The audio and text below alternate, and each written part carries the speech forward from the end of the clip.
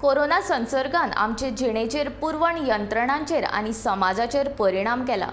आमी कोरोना आड लढो दितना जनकेंद्री धोरण राबयले।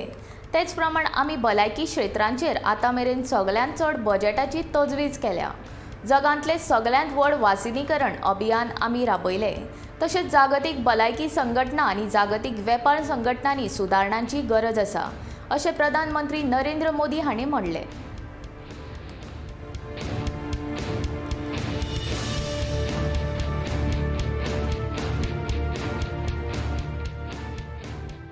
COVID-19 pandemic has been an unprecedented disruption, and it is not yet over.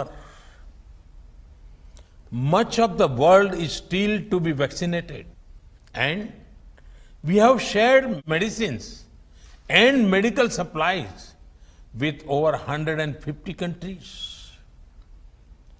Two indigenously developed vaccines have received emergency use authorization in India, including the world's first DNA-based vaccine.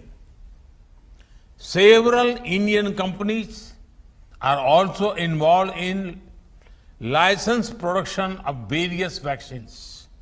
India is now running the world's largest vaccination campaign.